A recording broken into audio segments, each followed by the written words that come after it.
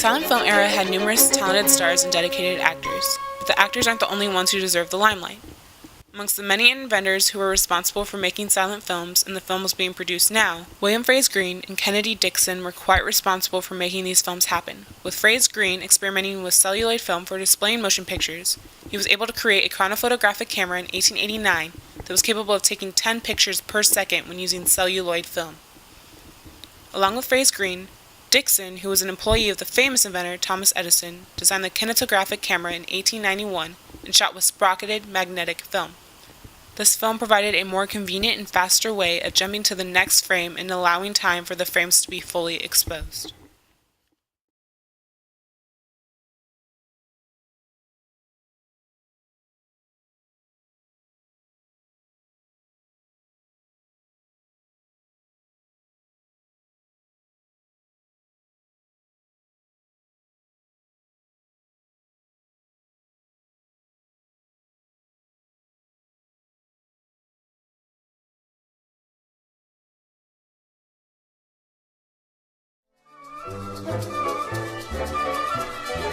Amongst the creators of silent film, the stars are what made these films come to life. One of the most influential of these actors was Charlie Spencer Chaplin, also known as Charlie Chaplin, who was born on April 16, 1889 in London, England. Coming from a family of performers, Chaplin was very dedicated and passionate about the arts. He began performing with a clog dancing group known as the Eight Lincolnshire Lads in 1897. But it wasn't until he played a role in Sherlock Holmes that he started to get recognized. Shortly after, Chaplin was then picked up by the Carano troupe and started touring the States. While in the U.S., Chaplin caught the eye of Mack Sennett, a film producer, who offered him a contract. After the contract, Chaplin was then able to produce films of his own. In Chaplin's second film, Kid Auto Races in Venice, he introduced his iconic tramp character. Chaplin was soon on his way to stardom. The tramp became so influential that theaters hosted Chaplin look-alike contests to generate revenue. People were dressing like him, adults grew his mustache, and children drew them on with charcoal. Manufacturers made items of Chaplin, from Christmas decorations to toothpaste to dolls and playing cards. Among the young that was obsessed with Chaplin was Walt Disney. Disney wanted to be like Chaplin, and he was good at it too. Being largely influenced by Chaplin and the Tramp, Disney's most iconic character in animation, Mickey Mouse, was based off of the Tramp. Disney quoted, "I think we were rather indebted to Charlie Chaplin for the idea.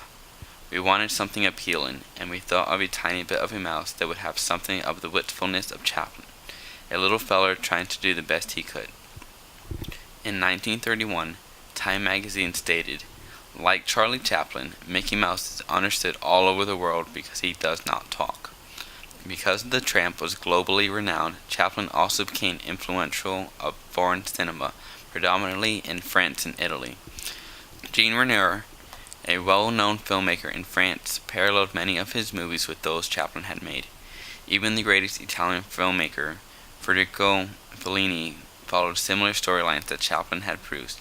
However, because Fellini's favorite film was Chaplin's piece of black comedy called Monsieur Verdoux, his movies were darker than that of Chaplin's.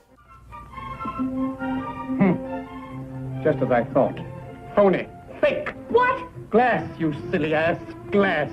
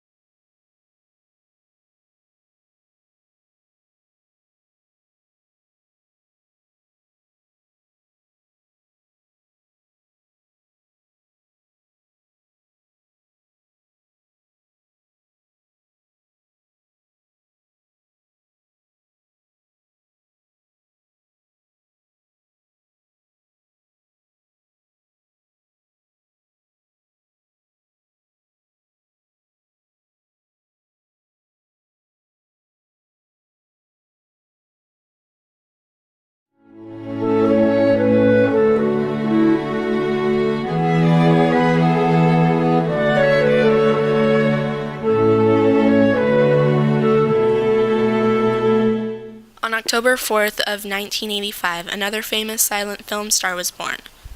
Joseph Frank Keaton, also known as Buster Keaton, born into a family of vaudevillian actors.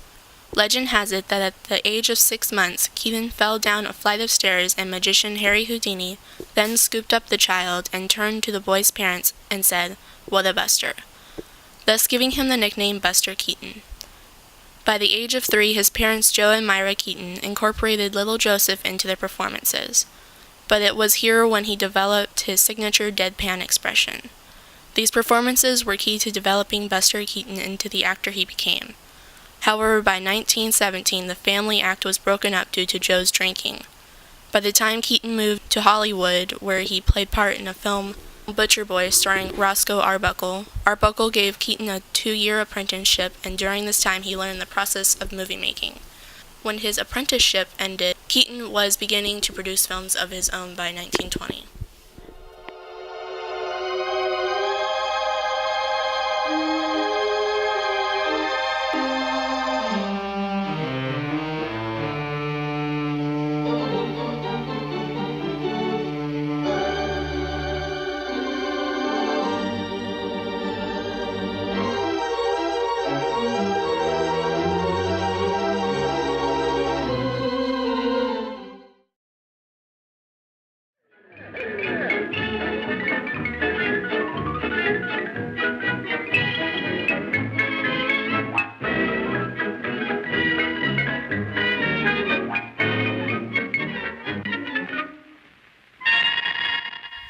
The silent film era came to an end around 1937.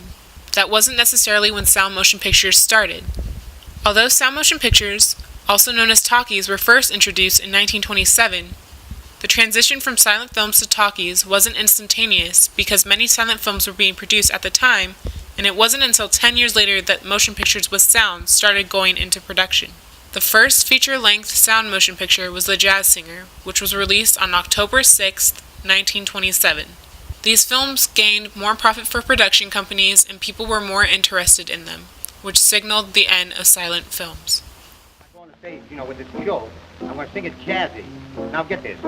Blue sky, smiling at me, me. Nothing but little blue sky. Do I see?